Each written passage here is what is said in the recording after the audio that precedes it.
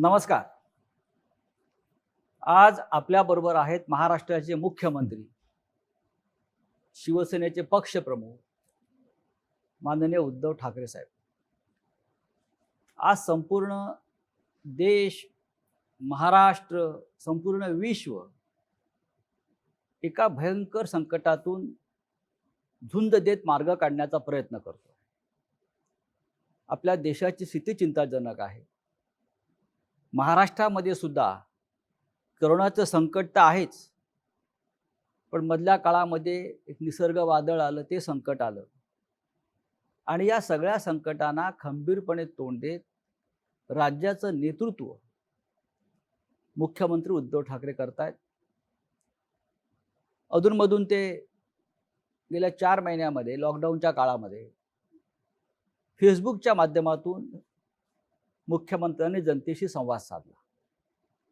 पण हा संवाद एकतर्फी होता. म्हणजे मुख्यमंत्री आपल्याला समजावून अनेक गोष्टी सांगत होते, आपलं मार्गदर्शन करत होते, आपलं बौद्धिक घेत होते आणि जनता ते सगळं ऐकत होती. ती माननीय मुख्यमंत्र्यांच्या मन की बात होती, दिल की बात. दिल की बात होती. पण ह्या निमित्तानं या राज्यातल्या जनतेच्या मनात सुद्धा अनेक प्रश्न आहेत. काही राजकीय असतील, काही सामाजिक असतील, काही आरोग्यविषयक असतील. या सगळ्या प्रश्नांवर बोलण्यासाठी आज मुख्यमंत्री आपल्याबरोबर आहेत. मी मुख्यमंत्र्यांचं स्वागत करतो. नमस्कार. उद्धवजी, आपलं स्वागत. नमस्कार आणि जय जय महाराष्ट्र. आपण कसे आहात? तुमच्या समोर आहे. आपण समोर आहात, पण खूप दिवसांनी म्हणा किंवा खूप महिन्यांनी म्हणा आपल्याला आपला चेहरा जनतेनं स्वच्छ पाहिला. म्हणजे आपल्या चेहऱ्याला मास्क नाही. माझा चेहरा स्वच्छच आहे. हा. आणि फेसबुक लाईव्ह मध्ये सुद्धा माझा फेस हा स्वच्छच आहे. फेस टू फेस आपण जनतेसमोर आलात. पण आपण आज खूप प्रसन्न दिसताय. सामनाची मुलाखत आहे ना. ही सामनाची मुलाखत. प्रसन्न दिसताय. आपल्या चेहऱ्यावरती कोणताही तणाव नाही, रिलीफ ज्याला आपण म्हणतो ते दिसतंय. फक्त थोडे डोक्यावरचे केस गेलेले दिसत आहेत मला. हा 6 महिन्यातला परिणाम आहे का? एक तर पहिली गोष्ट अशी की मगाशी आपण सांगितलं की फेसबुकच्या माध्यमातून मी जनतेशी संवाद साधला म्हणा किंवा त्यांचं बौद्धिक घेतलं म्हणा किंवा काही म्हणा. हो. त्याला काही म्हटलं तरी मी जनतेशी नातं तुटू दिलं नाही. जनतेशी माझा संबंध दुरावू दिला नाही आणि त्यांच्यासोबत मी म्हणजे महाराष्ट्र सरकार हे खंबीरपणे खांद्याला खांदा लावून प्रत्येक संकटात प्रत्येक पावली तुमच्या सोबत आहे हे मी सांगण्याचा प्रयत्न केला. आणि मला नक्कीच एका गोष्टीचा आनंद आहे की जनता माझ्यावरती म्हणजे सरकारवरती विश्वास ठेवते आहे, सरकारचं ऐकते आहे, सहकार्य करते आहे. आणि त्याच्यामुळे तुम्ही जे आता म्हणालात की माझ्या चेहऱ्यावरती ताण तणाव नाही, जनता सोबत असल्यानंतर कोणत्याही ताण तणावाची चिंता करण्याचं कारण नाहीये. एकदा काय जनता आहे, जनतेचा विश्वास आहे, तो विश्वास हा माझ्यासाठी खूप मोठं बळ देणार आहे. आणि तो विश्वास जोपर्यंत माझ्यासोबत आहे, हे बळ जोपर्यंत माझ्यासोबत आहे, तोपर्यंत मला ताण तणावाची पर्वा करण्याची आवश्यकता नाही. तेच म्हणतो की इतकं मोठं संकट असताना जगातले अनेक नेते तणावाखाली दिसत आहेत. रोज जनतेला आणि एकच केस जे काय कमी झालेत असं वाटतं आपल्याला. एक तर बऱ्याच दिवसांतर कालच मी केस कापलेत. तोपर्यंत गेले 3-4 महिने स्वतःचे केस थोडेफार म्हणजे आत्मनिर्भर होतो. अनेकांनी हे राष्ट्रीय कार्य आपापल्या घरामध्ये अनेक वर्ष केलं. आत्मनिर्भर म्हणजे आत्मनिर्भरतेचा जो प्रधानमंत्र्यांचा संदेश आहे. नाही, मी असं नाही म्हणत, आत्मनिर्भर एवढंच. बरं. बरेच दिवस आपण जनतेच्या आरोग्याची काळजी घेत आहे. अजूनही आहे. म्हणजे आपल्याशी बोलताना सुद्धा माझ्या डोक्यामध्ये सगळे एक गोष्टी ज्या काही माहिती आतापर्यंत माझ्याकडे येते. मी अनेक मुख्यमंत्र्यांची या काळामध्ये देशभरातल्या संवाद ऐकले, भाषणं ऐकली, प्रधानमंत्र्यांचं सुद्धा ऐकलं. किंबहुना आपल्याशी आपलं ऐकताना मला सारखं असं वाटायचं की जी जागतिक आरोग्य संघटना आहे, त्या जागतिक आरोग्य संघटनेला सुद्धा राज्याचे मुख्यमंत्रीच मार्गदर्शन करतायत. इतकं आपलं डॉक्टरी ज्ञान, वैद्यकीय ज्ञान आपल्या बोलण्यातून आणि एकंदरीत वर्तनातून दिसत होतं. हे डॉक्टरी ज्ञान आपल्याकडे आलं कुठून? ह्याला असं काही नेमकं उत्तर नाही. पण एक गोष्ट सांगतो, लहानपणी एक त्या काळामध्ये, आताचं नाहीये, त्या काळामध्ये एक प्रश्न नेहमी लहान मुलांना विचारला जायचं, मोठा झाल्यावर तू कोण होणार? त्यावेळेला त्या मुलांची ती इच्छा तेव्हा ते व्यक्त करायचे. अर्थात प्रत्येक जण तसं काही झालाच असेल आणि झालाच नसेल असं नाहीये. परंतु वैद्यकीय शास्त्र हा माझ्यासाठी नेहमी कुतूहलाचा आणि अभ्यासाचा विषय राहिलेला आहे. अगदी कदाचित, म्हणजे नाही झालं ते बरं झालं, पण कदाचित एक शक्यता तेव्हा माझ्या मनात ही डोकवत होती की डॉक्टर व्हावं. बरं, अरे वा. त्या दृष्टीने मी कधी असा काही प्रयत्न केला नाही, पण होमिओपॅथीचा मी तेव्हा अभ्यास करत होतो, जरूर करत होतो. आपल्या घराला परंपरा आहे. हो, आपले माझ्या आजोबा असतील, आपले काका असतील, किंबहुना शिवसेना शिवसेना प्रमुखांना प्रमुख. सुद्धा त्यातलं फार हो, चांगलं हो. ज्ञान आणि मासुरा. मास आहे. तर तो एक आमच्याकडे बॉक्सच असायचा. त्याच्यामध्ये आता हे सगळं आर्सेनिकम अल्बम, हे ते ते ते सगळे एक बॉक्सच असायचा. कोणाला काय झालं तर घरच्या घरी ते उपचार केले जायचे. आणि तेव्हा होमिओपॅथीचे डॉक्टर्स आमच्याकडे यायचे. ॲलोपॅथी हा विषय खूप दूर होता. तो काळ एकूण वेगळा होता. आत्तासारखे सगळे उपद्व्यापी व्हायरस वगैरे बरं. त्या जमान्यामध्ये असे फार त्रासदायक नव्हते. आणि एक चांगलं छान असं आयुष्य होतं. त्या काळामध्ये मी होमिओपॅथीचाही अभ्यास करत होतो. कळत नकळत ती जी काही आवड आहे, ती आज सुद्धा थोडीफार जिवंत आहे. आणि अनेकदा, म्हणजे काही वर्षांपूर्वी तुमच्या लक्षात असेल, आपल्याकडे बीडला प्लेग आला होता. हो. त्याही वेळेला मी शिवसेनेचं पथक पाठवलं होतं डॉक्टर दीपक सावंत यांच्या नेतृत्वाखाली. ते तिकडे गेलं. मग औषधं कोणती लागतील, काय लागतील, ती औषधं कुठून आणायची, मुंबईमध्ये पूर आला तेव्हा कोणती औषधं लागतील, हे एक थोडंसं मी एक तळमळीने करत असतो. आणि आत्ता सुद्धा हा एक विचित्र योगायोग आहे. ध्यानीमनी नसताना मुख्यमंत्री पदाची जबाबदारी माझ्या खांद्यावरती आली. आणि ती सुद्धा अशा वेळी आली की जागतिक एक आरोग्यविषयक आणीबाणी जणू काही त्यातनं आपण जातो असा हा काळ आहे. आणि त्यावेळेला ही जबाबदारी माझ्या खांद्यावर आली म्हटल्यानंतर मग त्याच्या खोलात जाणं हे फार महत्वाचं आहे. तुम्ही खूपच खोलात गेला. हो, कारण त्याच्याशिवाय तुम्ही निर्णय घेऊ शकत नाही. नेमकं एखाद्याचं मूळ तुम्हाला कळल्याशिवाय तुम्ही निर्णयापर्यंत जाऊ शकत नाही.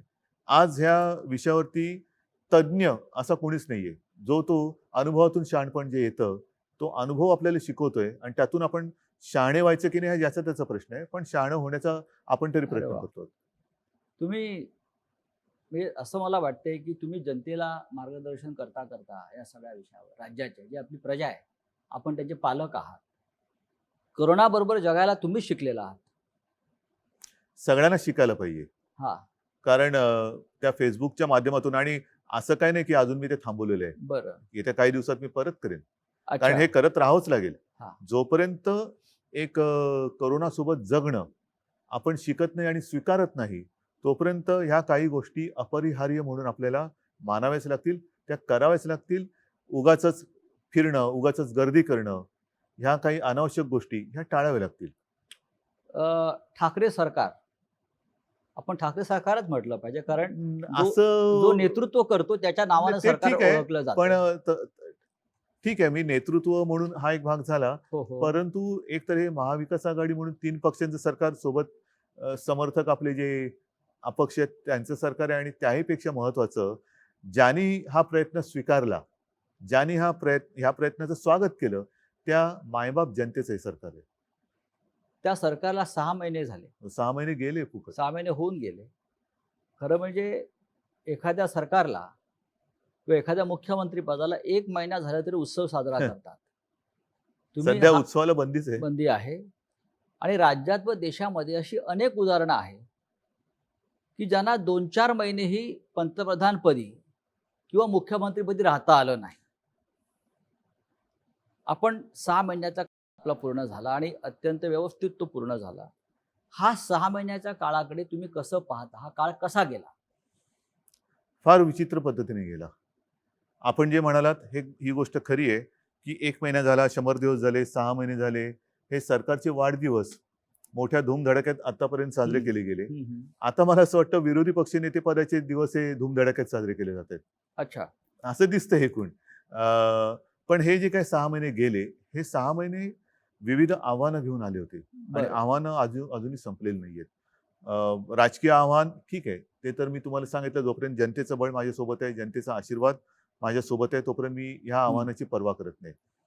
पण सुरुवातीच्या काळामध्ये जसं हे संकट ज्याचं कोणी अजूनही त्याचा आकार उकार किंबहुना नेमके पण काही ओळखू शकलेलं नाही असंही संकट आलं. एक गोष्ट लक्षात घ्या, आपत्ती ही काही नवीन नाहीये. आपत्त्या ह्या येत असतात. पण त्या आपत्त्या किंवा आपत्ती कशी असते, एक भीषण पूर येतो, भीषण भूकंप होतो, फार भयानक असते ती परिस्थिती. त्याच्यामध्ये एक सुनामी येते, एका क्षणात होत्याचं नव्हतं करून जातं. कदाचित असंही होतं की काही संकट जसं हे कोरोनाचं संकट आहे, हे जर आपण खबरदारी घेतलं नाही तर झपाट्याने लोक आजारी पडतात आणि मृत्युमुखी पडतात. पण ही जी संकटं असतात, वादळ असतं, जसं निसर्ग वादळाचा उल्लेख तुम्ही केला, भूकंप असतो, हे एका क्षणात निमिषार्धात ज्याला म्हणतो ते होत्याचं नव्हतं करून टाकतात. आणि त्याच्यानंतर आपल्याला फार जिकरीने जी लोक त्याच्यामध्ये अडकली असतील त्यांना सोडवण्याचं काम करावं लागतं, त्यांचं पुनर्वसनाचं काम करावं लागतं. परंतु त्यावेळेला कसं असतं की एकदा ते होऊन गेल्यानंतर आपण तिकडे आपल्याला कळते की कुठे कुठे काय काय बिघडलेलं आहे किंवा काय. जसं आता निसर्ग चक्रीवादळ, सुदैवाने त्याच्यामध्ये आपल्याला सुरुवातीपासून जरा काळजी घेतली म्हणून प्राणहानी ही कमीत कमी आपण ठेवू शकलो. तेवढी सुद्धा होता कामा नव्हती, पण ती कमीत कमी आपण ठेवू शकलो, मर्यादित ठेवू शकलो. आता तिकडे विजेचे खांब उन्मळून पडले, झाडं वृक्ष बागा त्याचं नुकसान झालं, घरांचं नुकसान झालं, शेतीचं नुकसान झालं. ह्याची नुकसान भरपाई आता आपण करत चाललेलो आहोत. नुकसान नाही पण भरपाईमध्ये नाही, एकच सेकंद. हे जे संकट आहे करोना, हे अजूनही संपत नाहीये. म्हणजे मी फेसबुक लाईव्ह मध्ये एकदा म्हटलं होतं, सरणार कधी रण. हे रण कधी सरणार हेच कळत नाही अजूनही. कारण तुम्ही याला रण मानताय. रणच आहे, रणकंदन आहे मोठं, जागतिक. जसं मी मागेच म्हटलं होतं की वर्ल्ड वॉर आहे, तिसरं वॉर महायुद्ध, अगेन्स्ट व्हायरस. हे 2 महायुद्ध झाली. हे फार भयानक आहे, ज्याने हे खरं विश्वयुद्ध आहे, कारण त्यांनी पूर्ण जग व्यापून टाकलेलं आहे. आज सुद्धा अनेक देशांमध्ये ज्यांनी लॉकडाऊन उठवला घाई गर्दीने किंवा हा. सगळं काही संपलं असं समजून लॉकडाऊन उठवला, हम्म. ते परत लॉकडाऊन करतायत. काही हे- ठिकाणी तर त्यांनी ऑस्ट्रेलियामध्ये वगैरे तुम्ही ऐकलं की एका विभागामध्ये त्यांनी सैन्याला पाचारण केलं. महाराष्ट्रामध्ये अशी वेळ आली होती का की तुम्हाला वाटलं की सैन्याला पाचारण करावं? महाराष्ट्रात सैन्य बोलवण्याची कधीच वेळ आलेली नव्हती. मध्ये ज्या काही बातम्या आल्या होत्या हो. त्यावेळेला मी असं म्हटलं होतं, जी आपण मुंबईमध्ये फील्ड हॉस्पिटल्स केलेत, फील्ड हॉस्पिटल. कारण संकट म्हणजे ही साथ साथ साथ म्हटल्यानंतर साथ असते. एका झपाट्यामध्ये ती किती जणांना कवेत घेईल हे आपण सांगू शकत नाही. त्यावेळेला तुम्ही बघाल मुंबईमध्ये बेड्सची कमतरता होती, ॲम्ब्युलन्सेस नव्हत्या, औषधोपचार नव्हते, व्हेंटिलेटर्स, ऑक्सिजन जे कॉन्सन्ट्रेटर म्हणतो ते. ह्या सगळ्याची कमी का होती? कारण आपल्याकडे जी काही आतापर्यंतची हॉस्पिटल्स आहेत तेवढीच हॉस्पिटल्स होती.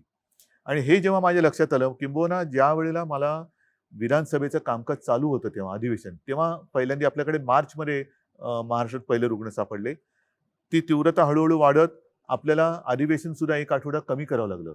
आणि तेव्हा जेव्हा पहिल्यांदा ब्रीफिंग झालं की ही अशी अशी परिस्थिती आहे, तेव्हाच मी सांगितलं होतं की आपल्याला युद्ध पातळीवरती फील्ड हॉस्पिटल्स उभी करावी लागतील.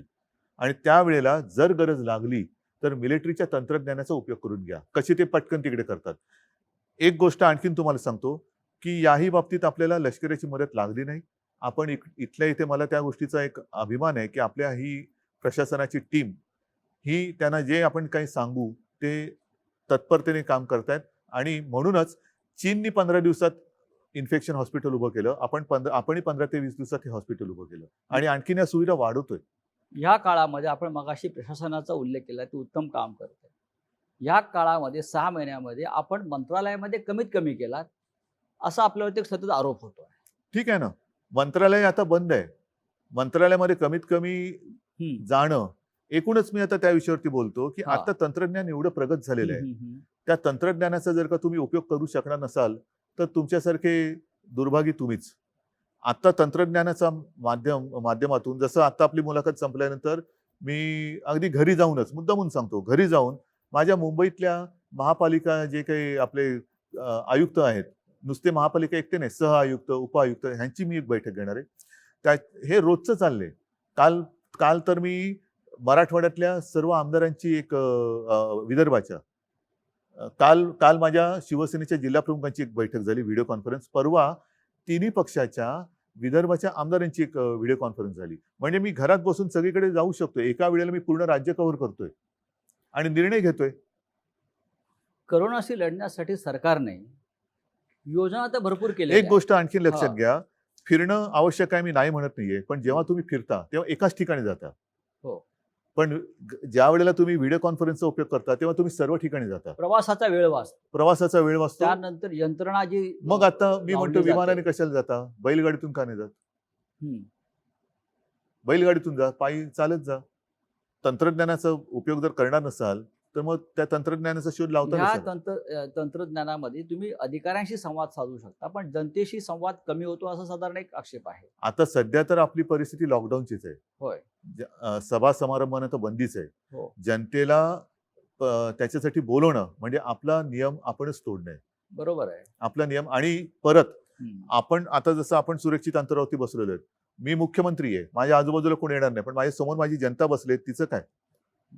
तिचं काय? ती जर का दाटीवाटीने बसली तर मी संवाद साधला, पण त्याच्यानंतर माझे जनता जे आहेत ते आजारी पडले तर त्या संवादाचा उपयोग पण काय? तुम्ही नियमाचं पालन करताय. नियमाचं पालन जर मी नाही केलं तर जनता का करेल?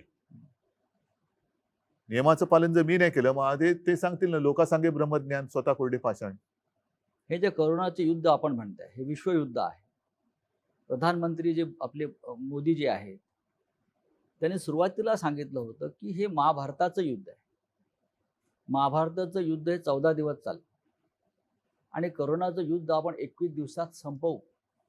नाही, पण कठीण हे होतं. युद्ध 21 दिवसात संपलं नाही, किंबहुना ते वाढत चालले. जोपर्यंत आपण करोनासोबत नीट जगणं स्वीकारत नाही, आता स्वीकारतात लोक. त्याच्यामध्ये महत्वाचा मुद्दा जसं तोंडावर मास्क, आता आपण अंतर ठेवून बसलो नाही तर मी लोक परत याच्यावरती टीका करतील की नियमाचं पालन करताय हो. तुम्ही म्हणताय, पण आता तुमच्या तोंडावरती मास्क नाही. आपल्या आजूबाजूला कोणी नाहीये, हे मुद्दामून मी उल्लेख करतोय. आपल्यात सुद्धा अंतर आहे 6 फुट. आणि मोठी मोकळी ही आहे. जागा आहे. अन्यथा आपण बंद खोलीमध्ये हो. नेहमी मुलाखत घेतो. तर म्हणून मी सांगतो की जोपर्यंत तुम्ही सार्वजनिक ठिकाणी गर्दी करत नाहीत, तोंडावरती मास्क लावून फिरताय, त्याच्यानंतर तोंडाला हात लावत नाही, हात सतत धुताय, हे जे आहे हे एकमेकाला हे करोना सोबत जगणं. म्हणजे जर माझ्या बाजूला कोणी असेल आणि तो अनादराने माझी पण चूक होणार, पण तेव्हा तुम्ही मला सांगायला पाहिजे की जरा प्लीज असं करू नका. हे जे आहे ना, हे मी म्हणतो करोना सोबत जगणं. या काळामध्ये आपण या युद्धाशी लढण्यासाठी जेव्हा युद्ध होतं तेव्हा आपण रणगाड्या आणतो, क्षेपणास्त्र आणतो, बंदुकांचे दारू आणतो, सैन्य भरती करतो. ही युद्धाची आयुधं आहेत. आणि आपण जेव्हा युद्ध केलं, महाराष्ट्रात सुरू केलं, तेव्हा आपण मोठ्या प्रमाणामध्ये ICU, व्हेंटिलेटर्स, बेड, औषधं हा साठा केला. हे आरोग्यविषयक युद्ध आहे.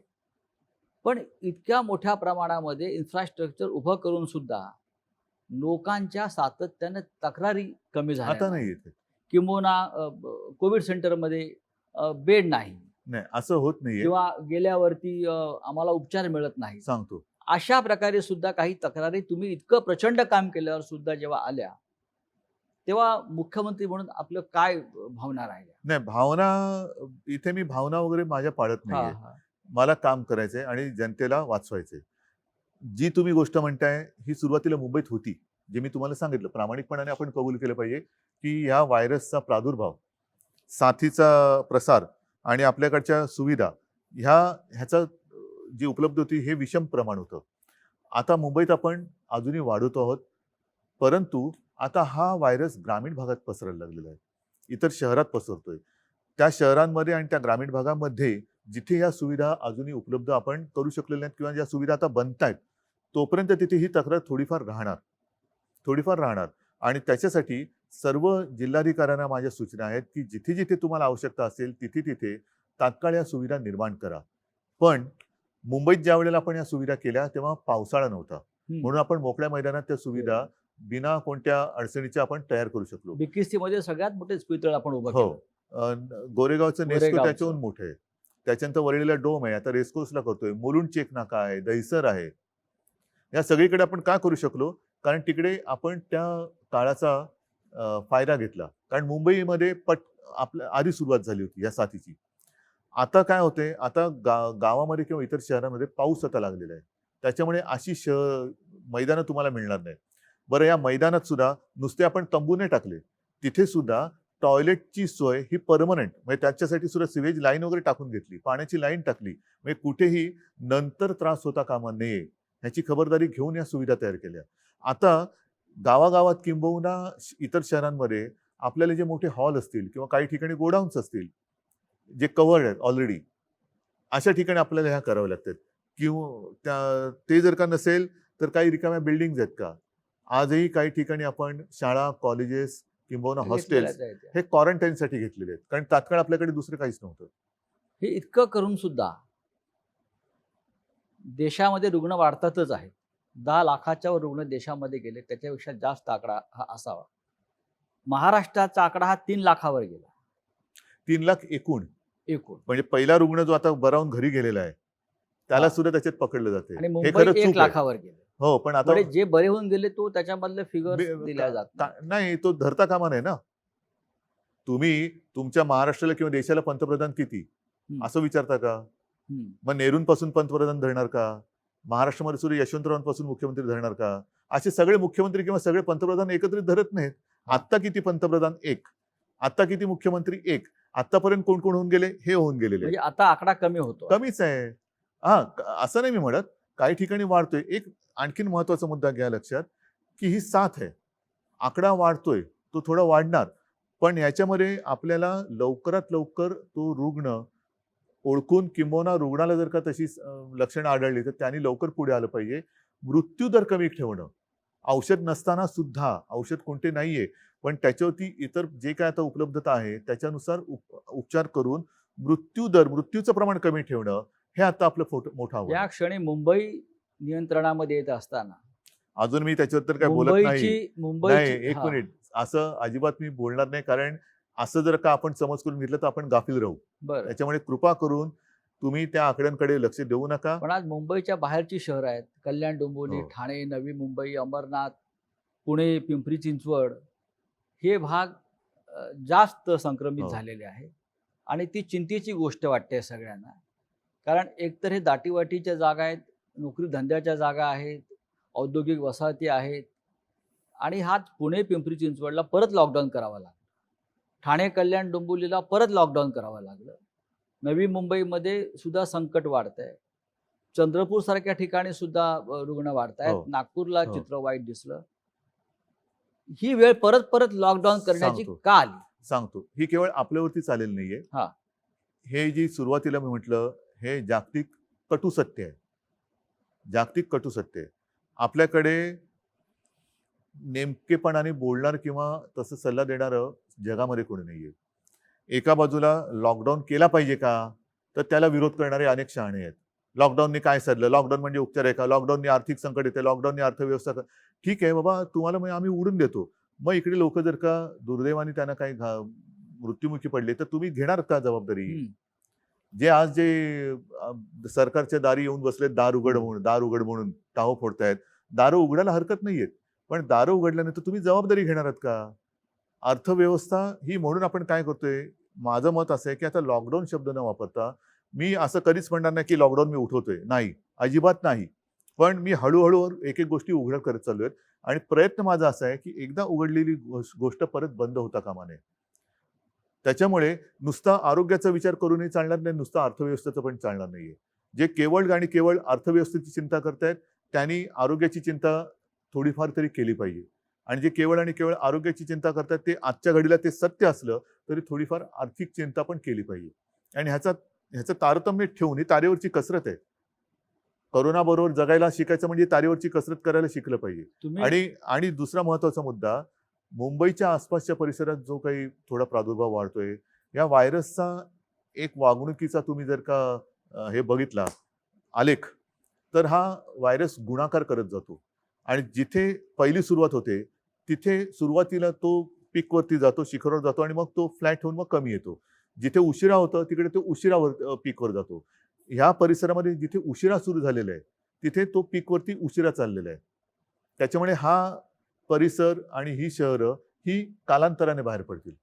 तुम्हाला करोनावर डॉक्टरेट मिळाली पाहिजे, रिसर्च. तेवढा अभ्यास नाही केला तर मी मुख्यमंत्री म्हणून काय देशातल्या मुख्यमंत्र्यांमध्ये करोनावरती इतका खोलवर अभ्यास करणारा आपण एकमेव मला मुख्यमंत्री मी दिसतोय. नुसता मी फिरत नाही, घरी बसतो म्हणून अभ्यास होतो. पण अभ्यास न करता फिरणं आणि न फिरता अभ्यास करणं, तुम्हाला काय पाहिजे तुम्ही ठरवा. विरोधी पक्षनेते फार फिरायला लागले मी नाही बोलत काही. आणि आपले विरोधी पक्षनेते देवेंद्र फडणवीस हे काल दिल्लीत होते 2 दिवसापूर्वी तिथली करोनाची परिस्थिती बघत होती आणि परिस्थिती. त्यांचं असं म्हणणं आहे पण दिल्लीत तिथल्या जाऊन. परिस्थितीबद्दल काय बोलले नाहीत ते.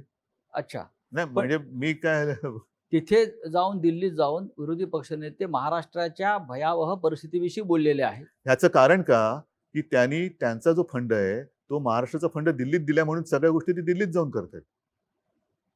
हे तुमचं म्हणणं जरी मी खरं मानलं किंवा राज्य खरं मानत असेल त्याच्यावरती खूप टीका सुद्धा झाली, पण राज्यातल्या परिस्थितीचे भयावह परिस्थितीचे अपडेट्स त्यांनी प्रधानमंत्र्यांना भेटून देणं कितपत योग्य आहे? खरं म्हणजे ही चर्चा मुख्यमंत्र्यांनी करायला हवी. मी अशा कोण काय म्हणते याच्याकडे लक्ष देत नाही. मी पुन्हा पुन्हा सांगतोय, मी माझ्या कामाशी प्रामाणिक आहे. माझ्यावरती माझ्या जनतेचा विश्वास आहे. तोपर्यंत हे तर ठीक आहे, हे बोलतील आणि कदाचित त्यांची पोटदुखी अशी असेल की कुठेही न जाता कुठेही न फिरता ज्या एका संस्थेने, ती संस्था कोणती मी अजून बघितलेली नाहीये, देशातल्या सर्वोत्तम मुख्यमंत्र्यांमध्ये महाराष्ट्राच्या मुख्यमंत्र्यांची होय. निवड केली. ही सुद्धा पोटदुखी असू शकेल, कारण करोनाची लक्षणं वेगवेगळी आहेत. अच्छा, पोटदुखी एक लक्षण आहे. नाही, वेगवेगळी आहेत. आता तर कारण म्हणतात सर्दी तुमच्या खोकला ताप हे आहे. सर्दी खोकला ताप, चव जाणे, म्हणजे चव वास गेलेली आहे. जाणे, अंगावरती रॅश येणे, काही जणांची बोटं काळी निळी पडतात. त्याच्यामध्ये आता नवीन लक्षण ही पोटदुखी आहे. पोटदुखी तर असूच शकते. अच्छा, मग हे पोटदुखीतून आलेलं म्हणजे नाही, आता थोडंसं मी गांभीर्याने सांगतोय बरं. की म्हणजे खरंच सांगतोय, ही मस्करी नाहीये. आपल्यामध्ये एखादा अनपेक्षित काहीतरी बदल झालाय किंवा अनपेक्षित आपल्याला आपल्याबद्दल काही लक्षात आले तर तेही कोरोनाचं लक्षण असू शकतं, असा एक अभ्यास आहे. अरे वा. त्याच्यामुळे असं जर का कोणाला काही लक्षण विचित्र, कारण वास जाणं, चव जाणं, आपण सगळीकडे होर्डिंग्स लावलेत की शिंकताना खोकताना तोंडावरती रुमाल ठेवा, इकडे इकडे थुंकू नका. प्रत्यक्षात सर्दी खोकल्याची साथ तशी मोठ्या प्रमाणात नाही आली. ताप येणं आहे, काही जणांची चव जाते, वास जातो, किंबहुना बोटं हिरवी निळी किंवा काळी निळी पडतात. तर असं वेगळं काहीतरी म्हणजे लक्षात सरकार आलं. राज्यामध्ये सत्ता परिवर्तन झाल्यापासून अनेकांचं आयुष्य बेचव झालेलं आहे. असू शकतं, त्याचा परिणाम असेल असं असू आपलं शकेल. मानलं पाहिजे. पण विरोधी पक्षाच्या नेत्यांनी, विरोधी पक्ष ही संसदीय लोकशाहीतली एक महत्वाची संस्था आहे फार जबाबदार संस्था आहे. आणि या महाराष्ट्रामध्ये मी असं म्हणेन की लोकशाहीच्या सुदैवानं विरोधी पक्ष फार मजबूत स्थितीमध्ये असताना त्या विरोधी पक्ष नेत्याने राज्याच्या प्रश्नावर मुख्यमंत्र्यांशी चर्चा केली पाहिजे असे संकेत आहेत. ते संकेत पाळले जात नाहीत असं आपल्याला वाटत नाही का? मी 1-1.5 महिन्यापूर्वी साधारणतः सर्व पक्षांच्या नेत्यांची एक बैठक घेतली होती. बरं. येत्या काही दिवसात ती मी परत घेणार आहे. परंतु त्यावेळेला मी त्यांना मोकळेपणाने सांगितलं होतं की आपणही मोकळेपणाने आपली जी काही निरीक्षणं असतील, काही सुधारणा असेल, राजकारण तर ते आपल्या 5वीलाच पुजलेले आहे.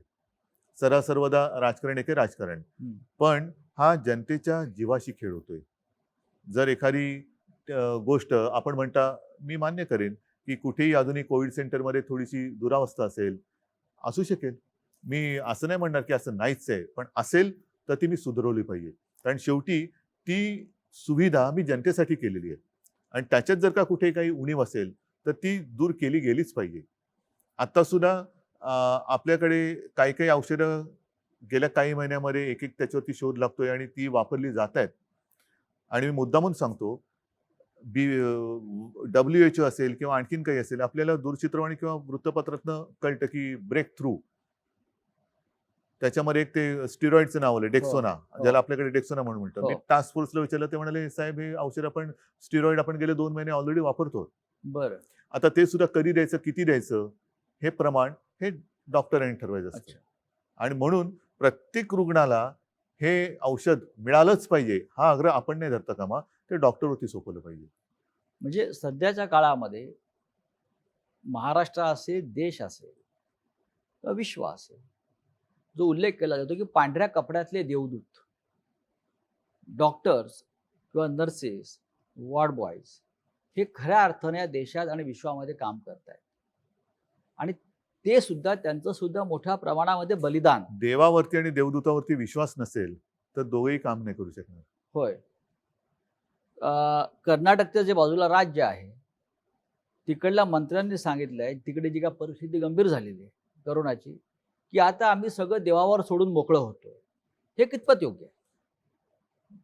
हे मी तुम्हाला म्हटलं ना, आता हा सुद्धा माझ्या फेसबुक लाईव्ह मधला मुद्दा होता. हो, सगळी प्रार्थना स्थळ बंद आहेत, बंद आहेत. मंदिरं बंद आहेत, सगळे बंद आहेत. मग देव आहे कुठे? देव कुठे गेला? तर तो देव आपल्यात आहे. हो. आपण एकमेकाला सावरणं, आपल्या डॉक्टरांच्या रूपातनं तो आपल्याला मदत करतोय. त्याच्यानंतर जसं मी म्हटलं की एक जनजागृती, एकमेकाला सावरणं हा सुद्धा फार त्याचंच एक हे आहे. असं पूर्वी आम्ही शाळेमध्ये असताना पिक्चर बघायचो. त्याच्यामध्ये देवा दिखायचं त्या हातात अशी किरणं निघतात आणि तो चमत्कार होतो. कोणतरी मृत्युमुखी पडलेला पुन्हा जिवंत होतो, आजारी पडलेला पुन्हा बरा होतो. तर ते शेवटी देवाचा आशीर्वाद म्हणजे ते औषधाच्या रूपाने त्याला मिळणं, वेळेवरती रुग्णसेवा मिळणं. या सगळ्या गोष्टी ही तीच गोष्ट आहे. मला असं रुग्णसेवा. वाटतं शरद पवार काल ह्या विषयावरच बोललेले आहेत का? काय? शरद पवार असं बोलले आहेत, की अयोध्येतलं जे राम मंदिर उभं राहत आहे, त्याच्यापेक्षा करोनाची चिंता जास्त आहे.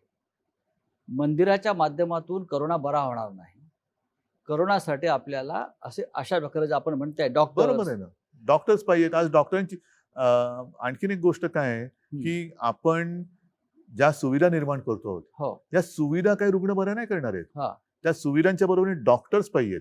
आपण मी आधीच म्हटलं होतं ना, की जम्बो फॅसिलिटी, जम्बो म्हणजे मी काय बेडचं दुकान नाही काढलेलं, फर्निचरचं दुकान नाही काढलं, प्रदर्शन नाही भरवलं.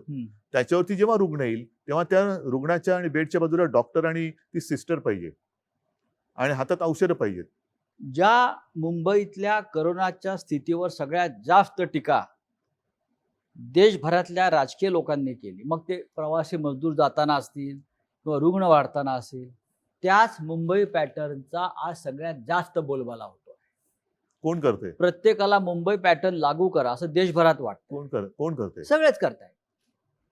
तर हा मुंबई पॅटर्न जेव्हा तुम्ही सुरू केला, तुम्ही मॅनेज केलं असेल. अच्छा आम्ही मॅनेज केलं. मुंबई पॅटर्न त्यातली धारावी म्हटलं की लोकांच्या भुव्यावर जातात. खरं मोठं आव्हान आहे. पण जागतिक आरोग्य संघटनेनं फक्त धारावीचा उल्लेख केला आणि धारावी पॅटर्न हा उल्लेख केला. हे मला असं वाटतं या सरकारचं सगळ्यात मोठं यश आहे. महापालिका असेल, राज्य सरकार असेल, पण मुख्यमंत्री म्हणून आपण सतत मुंबई आणि धारावीवर लक्ष दिलं. हे आपण कसं करू शकला? ह्याच्यावरती मी तुम्हाला म्हटलं तसं आपल्या जनतेवरती आणि यंत्रणेवरती विश्वास. हा विश्वास जर का नसेल आणि प्रत्येक ठिकाणी जर का मी धारावीमध्ये चक्रा मारत बसलो असतो तर काय साधलं असतं?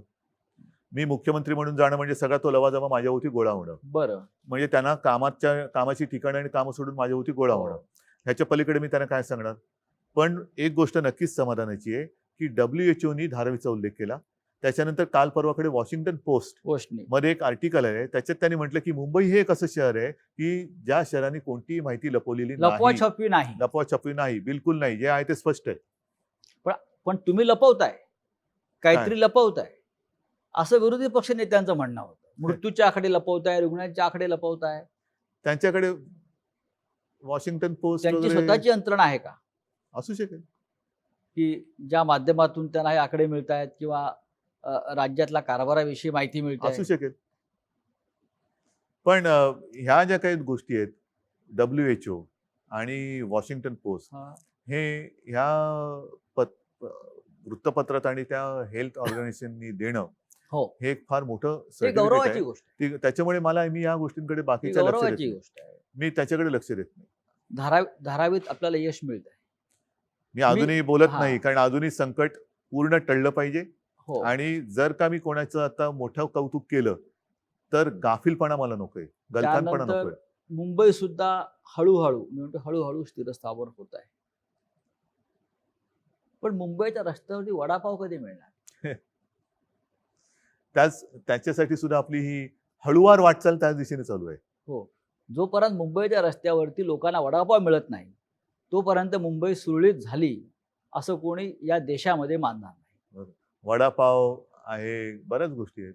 बर, दुसरा एक विषय महत्वाचा येतो आहे की या संपूर्ण 4 महिन्याच्या काळामध्ये आपण मंदिरांनाही लॉकडाऊन केलंय, देवही बंदिवान आहेत. देव आपलेच आहेत. मंदिराची टाळी कधी उघडणार? देव म्हणतात मी तुमच्यात आहे बरं. आणि त्याच्यामुळे तुम्ही मंदिरात येऊ नका, तुम्ही हे पहिले सांभाळा. जसं गाडगेबाबांचा एक उल्लेख, हो. माझ्या आजोबांनी मला ती सांगितलेली गोष्ट, मला हो, तर त्यांच्या हो. चरित्रात पण लिहिलेली आहे. होय. गाडगेबाबा पंढरीला जायचे, पंढरपूरला. यात्रा असायची, वारी, जसं ती या वेळेला वारी होऊ शकली नाही. आणि गाडगेबाबा जायचे, ते दर्शनाला मंदिरात जायच्या आधी किंवा ऐवजी चंद्रभागेचा काठ हा सकाळ झाली का खराट घेऊन साफ करायला लागायची. आणि त्यांना कोणी विचारलं, काय बाबा दर्शन घेतलं का? तर म्हणले, अरे हे बघ, हा माझा विठोबा आहे. अच्छा. हे गोरगरीब माता भगिनी मायेबाप सगळे आलेले आहेत. इकडे ही सगळी अस्वच्छता माजली तर रोगराई येईल, मग त्याचं काय होणार? त्याच्यामुळे ते त्याची सेवा कर सांगायची. आपण त्या गाडगे महाराजांची आणि परंपरा आणि ते स्वतः हे घराला घेऊन काढायची. आता आम्ही त्यांच्या नावाने अभियान करतो, पण स्वतः काय करतो? स्वच्छ केलेल्या कोपऱ्यामध्ये जाऊन झाडू मारून फोटो काढतो.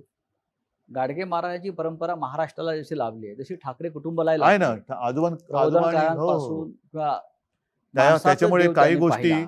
या माझ्या आजोबांकडनं त्यावेळेला मी त्यांच्या आठवणीच्या स्वरूपात ऐकलेल्या आहेत. आता महाराष्ट्रामध्ये अनलॉक 2 सुरू आहे, अनलॉक शब्द सोडा, अनलॉक लॉक ज्याला तुम्ही पुनश्च हरिओम म्हणता. पुनश्चार्य म्हणतोय किंवा मिशन बिगिन अगेन, होय. ते करताना नीट तो समजून घ्यायला पाहिजे विषय, की लॉकडाऊन हा केलेला आहेच. लॉकडाऊन आहेच, त्याच्यामुळे ह्याच्यानंतर काय होणार, त्याच्यानंतर काय, लॉकडाऊन आहेच. पण आपण एक एक गोष्टी सोडवत चाललेलो आहोत. त्यातनं हळूहळू एक एक गोष्टी बाहेर काढतोय. नाहीतर काय होईल, lockdown 1, lockdown unlock 1, lockdown 2, unlock 2, lockdown 2, ह्या गोष्टी या खेळत तांत्रिक गोष्टी आहेत. नाही. म्हणजे तुम्ही घाईघाईने एखादी लॉकडाऊन केला, तेही चूक आहे. घाईघाईने लॉकडाऊन उठवला, किती काळ असं बसणार? मग हे कधी होणार, ते कधी होणार? लोक कंटाळलेत आता.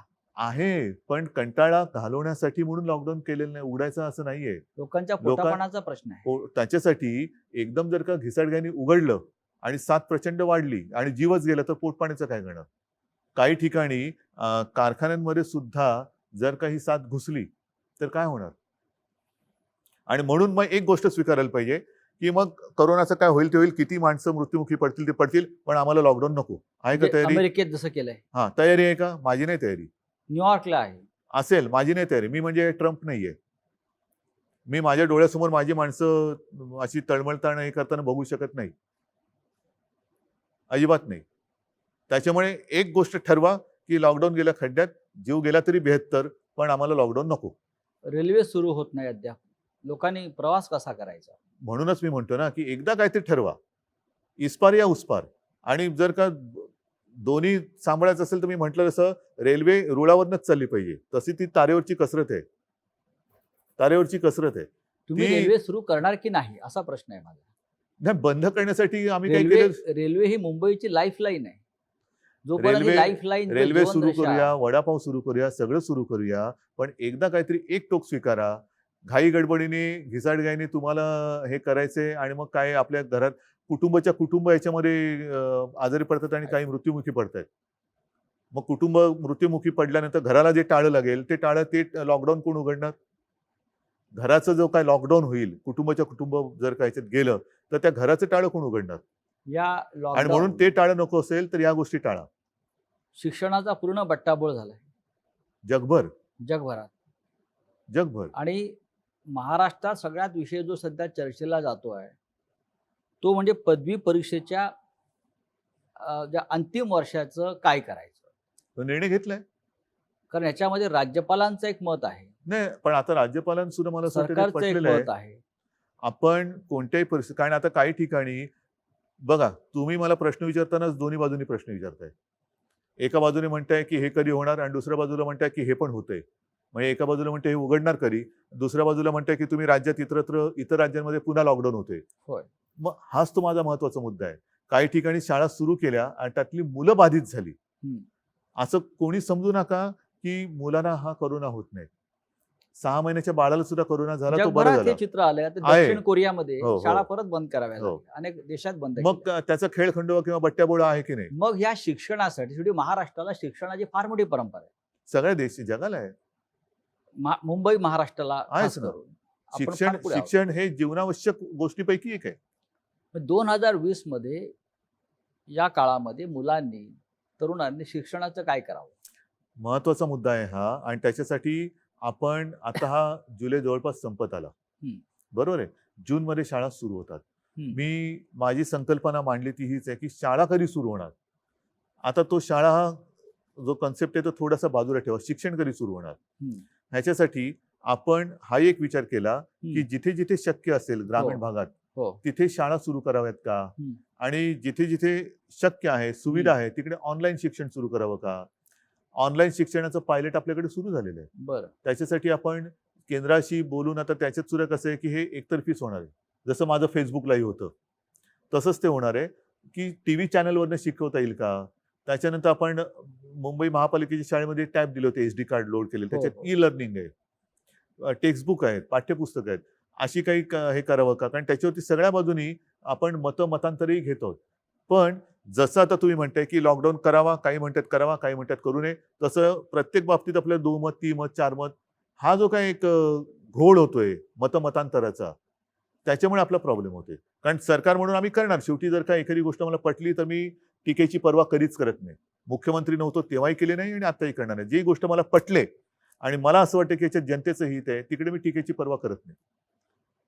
राज्यपालांची एक भूमिका आहे. त्यानंतर युनिव्हर्सिटी ग्रँट कमिशन, विद्यापीठ अनुदान जी संस्था आहे त्यांची भूमिका परीक्षा पण आपल्याकडे सुद्धा घेण्यासंदर्भात आहे. कुलगुरूंची एक भूमिका आहे. आपल्याकडे कुलगुरूंची परीक्षा एक होऊ भूमिका आहे. नये, यातून मार्ग काढण्यासाठी मार्ग काढलाय आपण. परीक्षा होऊ नये असं कोणाचंच मत नाही. हो. माझंही मत आहे परीक्षा व्हावी. पण हे मी काय म्हटलेलं नीट लक्षात घ्या. आपण अंतिम वर्षाच्या मुलांना जी काही आतापर्यंत सेमिस्टर झालेले त्याचं ॲग्रिगेट करून मार्क देऊन त्यांच्या आयुष्यातला एक अडथळा दूर करावा, त्यांना पास करावं. त्यांच्या शेवटी एक सरासरी हा एक प्रकार असतो म्हणून त्याला सरासरी म्हणतात. सरासरी मार्क देऊन त्यांना रिझल्ट द्यावा.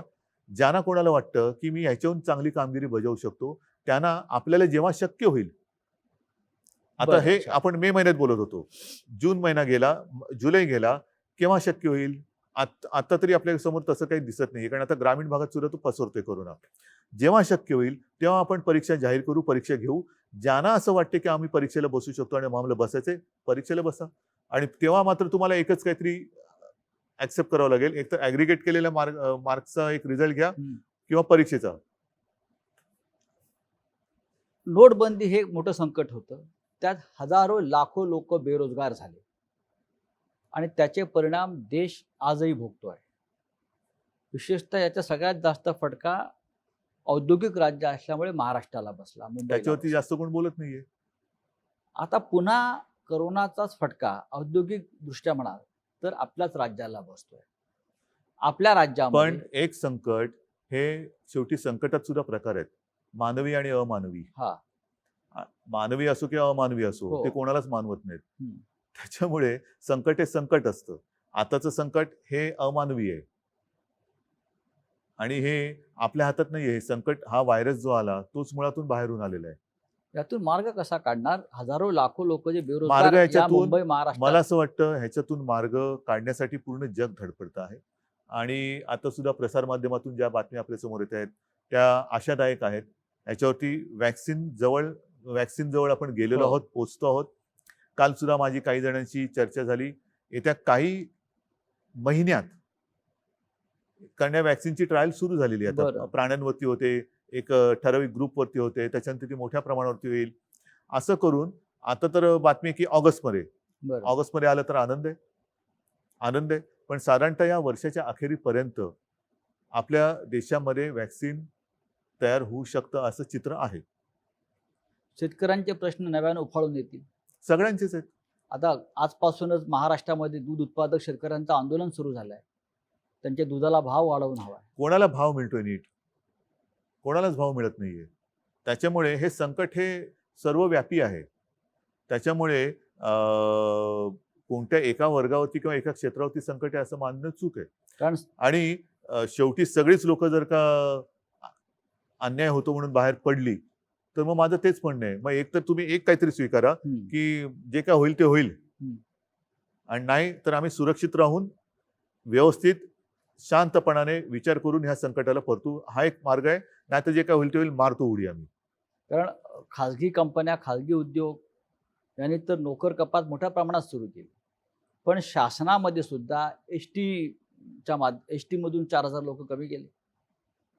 रेल्वेतून माणसं कमी केली जात आहेत, विमान कंपन्या, ह्या सगळ्या पब्लिक सेक्टरमधून जर अशा प्रकारे नोकर नाही, कपात सुरू राहिली ह्याच्यावरती तर खूप मोठा सामाजिक प्रश्न निर्माण होऊ निर्माण शकतो होईल. होऊ शकतो. आणि ह्याच्यासाठी मला असं वाटतं वेगळी केवळ अट्टहासापायी आपली मतं मांडण्यापेक्षा एक जर का सगळेजण एकदिलाने एकत्र आले तर ह्यातनं मार्ग नक्की निघू शकतो. तसा मार्ग काढण्याचा माझा प्रयत्न आहे. परंतु तुम्ही हे करताय म्हणून माझा त्याला विरोध आहे, ही जर भूमिका घेऊन कोण येणार असेल तर त्यातनं मार्ग नाही निघू शकत. ही परिस्थिती सगळ्यांना सारखी आहे. फटका कमी जास्त प्रमाणात सगळ्यांना पडलेला आहे, पडणार आहे. याहीपेक्षा मोठं जे काही संकट आहे हे येत्या काळामध्ये कदाचित येऊ शकतं. पण सगळ्यांनी मिळून एकदिलाने जर संकटाचा सामना करायचा आहे म्हणून आले एकत्र आणि मार्ग काढायचा म्हटला तरच मार्ग निघू शकतो. याच्यामध्ये केंद्र राज्याला काय मदत करू शकेल? केंद्र आणि राज्य, केंद्राने आता मध्ये वेळोवेळी पंतप्रधान व्हिडिओ कॉन्फरन्सच्या माध्यमातून एक बैठक घेत असतात आणि ज्या काही गोष्टी कोरोनाच्या बाबतीत त्यांच्याकडे आपण मांडतो तशी त्यांची त्या बाबतीत मदत होते. आपल्याला जी 38,000 कोटीची मदत त्यांनी द्यायचं कबूल केलं होतं, ते पैसे राज्याला मिळाले का? येत आहेत हळूहळू. हळूहळू येत आहेत. म्हणजे लॉकडाऊन जसा हळूहळू उठतोय तसे ते पैसे हळूहळू येत आहेत. सगळ्यांचंच उत्पन्न घटलेलं आहे. दूध उत्पादकांचं घटलेलं आहे, शेतकऱ्याचं घटलेलं आहे, जो काय आपला नोकरदार वर्ग आहे त्याचं घटलेलं आहे, म्हणजेच सरकारचं पण घटलेलं आहे. मग राज्य सरकार जे एक महत्त्वाचं आहे, महाराष्ट्राचं राज्य महसूल वाढवण्यासाठी, त्याशिवाय हे राज्य चालू शकत नाही. कोणाकडनं वसूल करणार? कर्मचाऱ्यांचे पगार द्यायला आपल्याकडे पैसे नाहीत असं आपले मान्य. मंत्री म्हणतात. मान्य मला, पण शेवटी महसूल वाढवण्यासाठी आपण काय उपाययोजना करणार? उपाययोजनासाठी आपण एक गोष्टी ज्या आहेत, मी तुम्हाला म्हटलं ना, पटकन हो. पी हळद आणि हो गोरी असा उपाय कोणाकडेच नाहीये. असा उपाय कोणाकडेच नाहीये. आणि तसा जर का उपाय असता तरी संकट त्याला काय म्हणायचं? संकट म्हणतोय, यावेळेला आपत्ती म्हणतोय. आता सुद्धा आपल्या देशात आणि आपल्या राज्यात महाराष्ट्राने तो जो काही एपिडेमिक ऍक्ट होता 100 वर्षापूर्वीचा, म्हणजे इंग्रजांच्या काळातला, तो 100 वर्षानंतर पुन्हा त्याचं पुनरुज्जीवन प्लेगच्या वेळेतला पुनरुज्जीवित का केला? म्हणजे तशी एपिडेमिक, तशी परिस्थिती निर्माण झाली. केंद्राने त्याच्याहून थोडासा एक पाऊल पुढे टाकून थोडा आणखीन कडक डिझास्टर ऍक्ट जो केलेला आहे तो का करावा लागला? ह्याचं कारण तसं डिझास्टर आहे, आपत्ती आहे. ती जर नसती तर आता सुद्धा आपण जिथे बसलो ते इकडे तिकडे लोक आपल्याला दिसली असती. मुख्यमंत्री उद्धव ठाकरे यांच्याबरोबरच्या या गप्पा अशाच पुढे चालू राहतील. पहिल्या भागामध्ये मुख्यमंत्र्यांनी करोनापासून ते राजकारणापर्यंत अनेक विषयांवर आपल्याशी दिलखुलास चर्चा केली.